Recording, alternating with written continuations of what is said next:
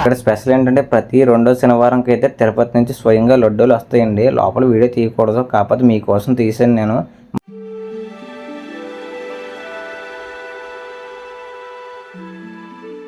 మన రాజమండ్రికి 54 కిలోమీటర్ల దూరంలో, అది కూడా స్వయంగా తిరుపతి దేవస్థానం వాళ్ళు కట్టించిన గుడి. ఎప్పుడైనా చూసారా? అది కూడా మన శ్రీ వెంకటేశ్వర స్వామి గుడి. కొండల మధ్యలో చెట్లతో చాలా అంటే చాలా అందంగా ఉంటుంది. ఈ వీడియో మాత్రం మీరు ఫస్ట్ నుంచి లాస్ట్ వరకు చూడండి. ప్రతి డీటెయిల్ మీకు అర్థమయ్యేలా చెప్తాను. ఈ గుడి మాత్రం తప్పకుండా విజిట్ చేయాలి మీరు అందరూ. ఈ గుడి అయితే శ్రీ సీతారామరాజు జిల్లాకి చెందుతుందండి. రాజమండ్రికి అయితే 54 కిలోమీటర్ల దూరంలో, రంపచోడవరంకి అయితే జస్ట్ 4 కిలోమీటర్ల దూరంలో ఉంటుంది. మారేడుమిల్లి, రంపచోడవరం అనే వాటర్ ఫాల్స్కి వెళ్ళే వాళ్ళందరికీ ఈ గుడి అయితే చాలా దగ్గర. నాకు తెలిసి కంపల్సరీ ఈ రంపచోడవరం, మారేడుమిల్లి వెళ్తే కంపల్సరీ ఈ గుడి అయితే విజిట్ చేయండి. మీరు చూసుకున్నట్టయితే ఫ్రంట్ వ్యూ ఇలా ఉంటుంది గైస్. ఇక్కడ బయట అయితే మనం బైక్లే పార్కింగ్ చేసుకోవచ్చు, కార్ కూడా ఇక్కడే పార్క్ చేసుకోవాలి.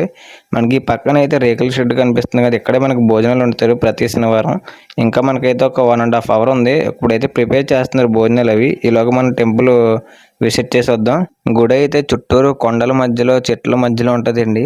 చాలా ప్రశాంతంగా ఉంటుంది ఇక్కడ. పీస్ఫుల్గా కూర్చుంటే మనకు నేచర్ని ఎంజాయ్ చేసినట్టు ఉంటుంది, టెంపుల్కి వచ్చినట్టు ఉంటుంది. చాలా పీస్ ఆఫ్ మైండ్ దొరుకుద్ది మనకి ఇక్కడైతే.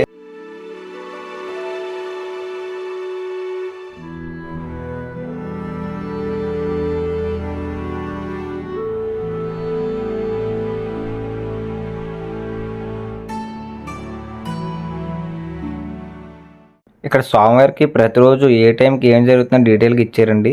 ప్రతి గురువారం ఉదయం 9 గంటలకి స్వామివారి నిజరూప దర్శనం జరుగుతుంది. అలాగే ప్రతి శుక్రవారం ఉదయం 9 గంటలకి స్వామివారికి అభిషేకం చేస్తారు.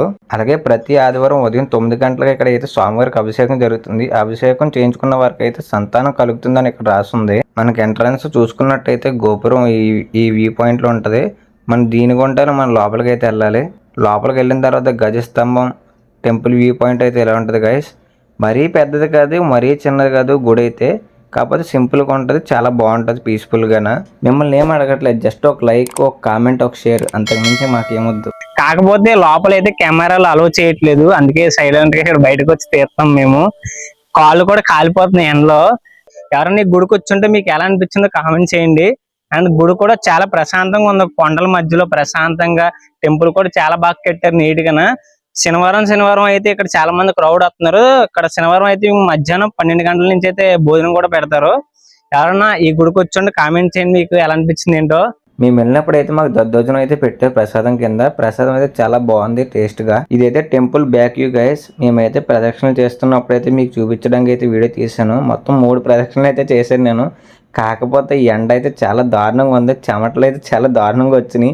నాకైతే 3 రౌండ్లు వేసినప్పటికి 30 రౌండ్లు వేసినట్టు అనిపించింది నాకైతే. వచ్చిన భక్తులు అయితే దేవుడికి విరాళంగా అని చెప్పేసి అక్కడ కాయిన్లు అయితే పెట్టారు.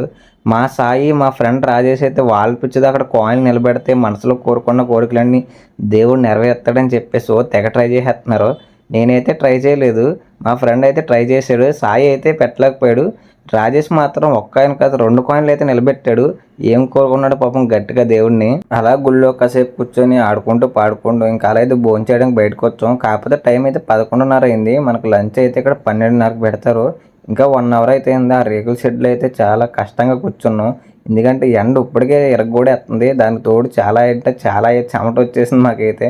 పాపం మేమే కాదు చాలా మంది వచ్చారు కాబట్టి వాళ్ళందరూ కూడా అలా భోజనం చేయడానికి అయితే వెయిట్ చేస్తున్నారు. టైం అయితే 12:30 అయిపోయిందండి. భోజనాలు కూడా రెడీ అయిపోయినాయి.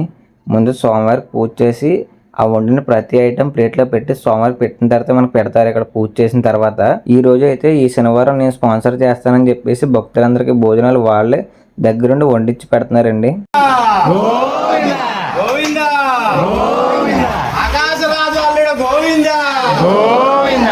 భోజనం అయితే చాలా బాగుందండి. 2 రకాల కూరలు, సాంబారి, పరవన్నం, పచ్చడి, పెరుగు.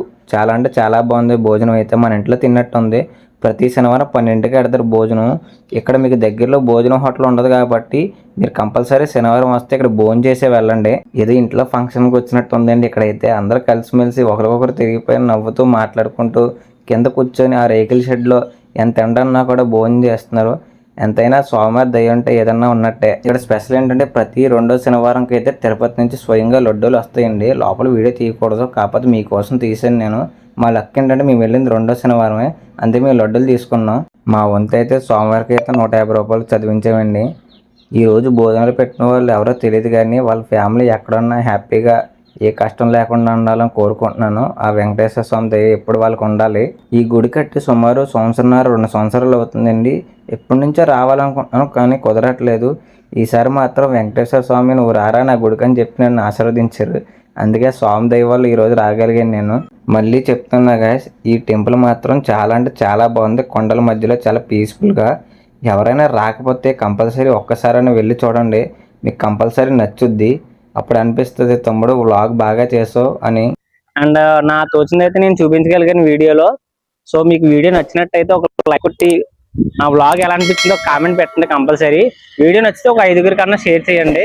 ఓకేనా? మనం నెక్స్ట్ వీడియోతో మళ్ళీ కలుద్దాం. బాయ్.